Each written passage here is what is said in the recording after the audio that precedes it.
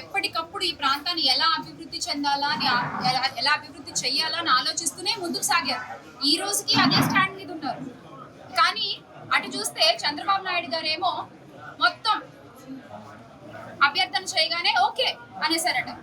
ఈ రోజున వైఎస్ఆర్ కాంగ్రెస్ పార్టీ తరఫు నుంచి మేము డిమాండ్ చేస్తున్నాము, మీరు రాయలసీమ లిఫ్ట్ ఇరిగేషన్ ప్రాజెక్ట్ ని కంటిన్యూ చేయాలి. అలా మీరు చేసేంత వరకు ఇదివరకే మా అధ్యక్షులు గౌరవ శ్రీ వైఎస్ జగన్మోహన్ రెడ్డి గారు చెప్పడం జరిగింది, రైతన్నల కోసం, వారి పంట పొలాల కోసం, రాయలసీమ ప్రజల దాహార్తిని తీర్చడం కోసం, మన రాష్ట్రానికి ఉపయోగపడేటువంటి ఈ ప్రాజెక్ట్ ని ముందుకు తీసుకెళ్లడం కోసం ఎంత పెద్ద ఉద్యమాలైనా చేయడానికి మేము సిద్ధంగా ఉన్నామని జగన్మోహన్ రెడ్డి గారు చెప్పడం జరిగింది. వారి బాటలోనే వైఎస్ఆర్ కాంగ్రెస్ పార్టీ మొత్తం కదులుతుంది అని మరొకసారి మీకు గుర్తు చేస్తా ఉన్నాం. ఈ సందర్భంగా నిజంగా ఈ రోజున మీరు ఆ ప్రాజెక్ట్ మేము చేయలేము అని ఒప్పుకుంటే గనక చేసేయండి రాజీనామా. అవసరం లేదు. ఈ ప్రాంతంలో ఉన్నటువంటి మంత్రులందరూ కూడా మీ బావమర్ది గారికినేమో పోటీలు చేయడానికి రాయలసీమ ప్రాంతంలో ఒకళ్ళ కుప్పం కావాలి, ఒకళ్ళ హిందూపురం కావాలి. కానీ ఏం చేశారయ్యా ఆ ప్రాంతాలకు వీళ్ళు అంటే ఏమీ లేదు.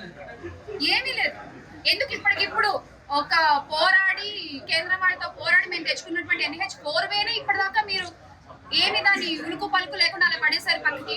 నెలలో తీసుకుని వచ్చారా మిథున్ రెడ్డి గారు? సంవత్సరంలో తీసుకుని వస్తే ఈ రోజుకి మీరు దాన్ని ఉలుకు పలుకు లేకుండా పక్కన పడేశారు. ఎంత అధ్వానంగా ఉన్నాయి ఆ రోడ్లు.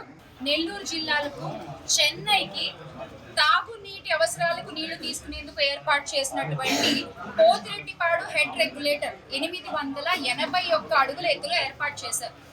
నేను ఇది ప్రజలందరికీ అర్థమయ్యే విధంగా చెప్పే ప్రయత్నం చేస్తున్నాను. ఎందుకంటే చాలా మందికి అసలు ఏంటి ఈ లిఫ్ట్ ఇరిగేషన్ ప్రాజెక్ట్ అనే దాని గురించి పెద్దగా అవగాహన లేదు.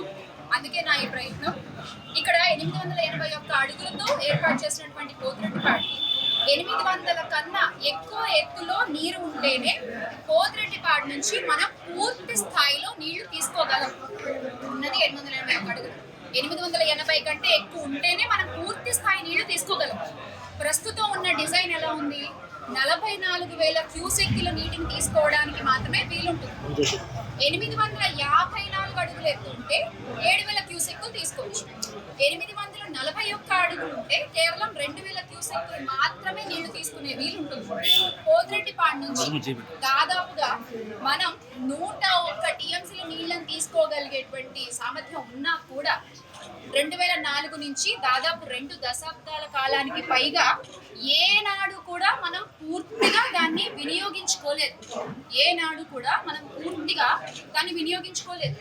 కేవలం 2 సంవత్సరాలు మాత్రమే అధికంగా, అక్కడ కూడా పూర్తిగా కాదు, అధికంగా నీటిని తీసుకోగలిగాం పోతిరెడ్డిపాడు నుంచి.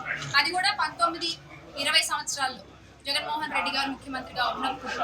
అలాగే మిగిలిన సంవత్సరాల్లో మనం సరిగ్గా నీళ్లు తీసుకోలేకపోవడం వల్ల పోతిరెడ్డిపాడు నుంచి మనం విపరీతమైన సంక్షోభాన్ని ఎదుర్కోవాల్సి వచ్చింది, విపరీతమైన కరువును ఎదుర్కోవాల్సి వచ్చింది.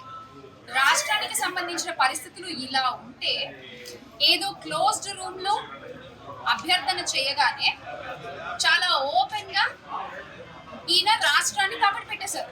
గౌరవ ఇప్పటి ముఖ్యమంత్రి వర్యులు నారా చంద్రబాబు నాయుడు ఈ విషయాన్ని ఏ రోజైతే గౌరవ తెలంగాణ రాష్ట్ర ముఖ్యమంత్రి ఉన్నటువంటి రేవంత్ రెడ్డి గారు నిండు సభలో చెప్పారో, అన్యమనస్కంగానే ఆయన కూడా చెప్పారు.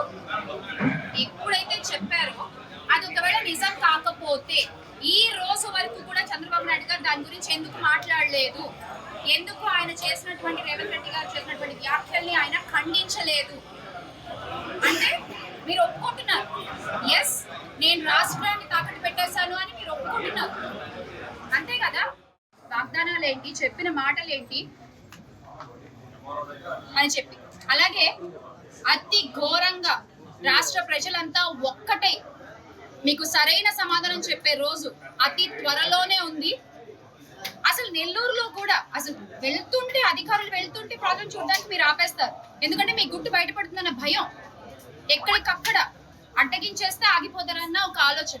ఎంత అడ్డగిస్తే అంత ముందుకు కదులుతాము. ఒకళ్ళని నాపితే 100 మంది వస్తాం, 100 మందిని ఆపితే 1000 మంది వస్తాం, 1000 మందిని ఆపితే 1,00,000 మంది వచ్చి మిమ్మల్ని ప్రశ్నిస్తాం. మీలాగా ప్రశ్నిస్తామని చెప్పి పక్కన కూర్చునే రకాల వైఎస్ఆర్ కాంగ్రెస్ పార్టీ కార్యకర్తలు కాదు, నాయకులు కాదు. దయచేసి ఈ విషయం గుర్తుపెట్టుకోవాలి. Make Andhra great again with జగనన్న. జోహార్ వైఎస్ఆర్.